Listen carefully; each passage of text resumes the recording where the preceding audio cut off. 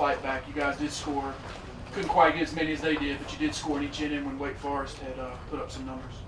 Yeah, you know, they that was a difference in bullpens. I think, you know, every guy they ran out there is a really good pitcher, a guy that can really beat your bats. And they got a shutdown guy at the end that can shut anybody down, and their lineup is scary.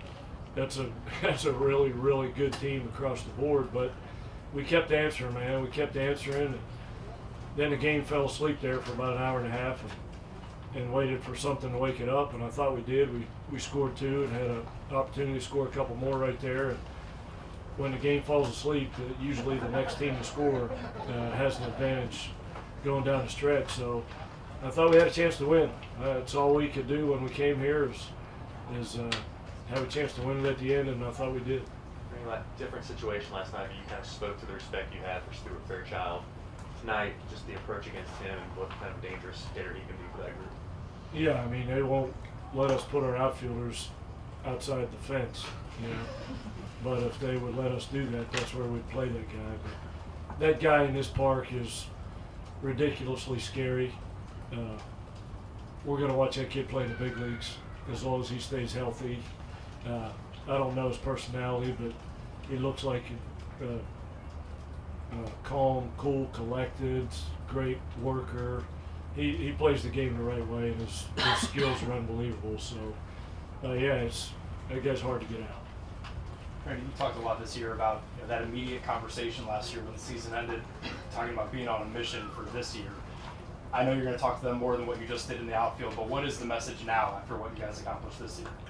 You know, like you said, if you've seen all of our T-shirts this year, on the back of them it says we're on a mission. And felt like we should have played in the NCAA tournament at least one of the last couple of years. I thought we were deserving and didn't get it.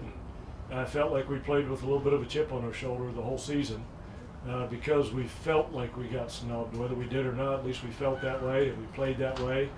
And I think that came through. So this was a great carrot to dangle in front of all of our returning players, that this is what you're playing for.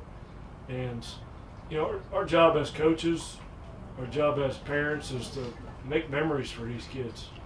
And these 2 Jacksons, they're going to take this memory of playing in the NCAA tournament with them the rest of their lives.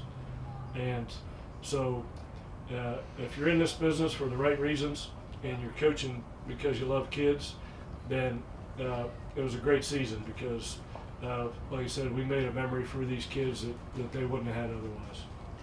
And BJ obviously was not in his top form tonight, but are you kind of trying to ride him along a little bit, hoping he'll come into his own a little bit more, or are you thinking, first 1 or 2, I got to get out of here? It seemed like you stuck with him a little bit. You know, BJ's stuff was pretty good. You know, that wasn't anything but those guys playing to win a regional. You know, they came out swinging the bats, and BJ went out there and struck out Stuart Fairchild, or Babe Ruth as we call him in the dugout over there. And when he did that, you know, his stuff's going pretty good. So they just adjusted to it pretty well. You know, he was sinking his fastball pretty good.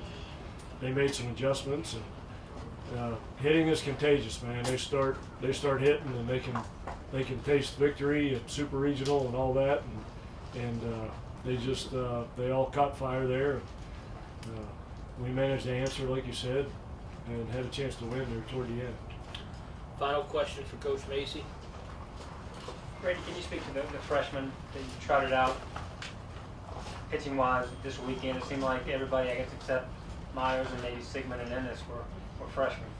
Yeah, we're pitching, I think 3 out of the 4 games down here we started freshmen. I think we started 4 freshmen in the conference tournament, pitching-wise. And if BJ wouldn't have tried to fight me for the ball, we probably would have started another freshman tonight. So those are guys that we didn't even count on pitching this year because we had Grove and Connor Dotson and Carter Camp and Jake Potok, and all the guys got injured. Take Marcus Inman out of the lineup, who is still our leading hitter as of right now. If you take 4 pitchers and a middle of the lineup hitter out of anybody's team for the rest of the year, they're not sitting here doing press conferences like we are. So when that happens, it's next man up, and these freshmen super encouraged for their future here.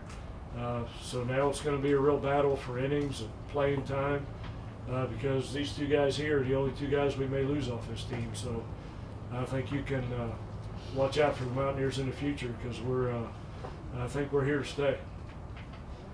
Coach, thank you very much. Congratulations on your season. Best of luck.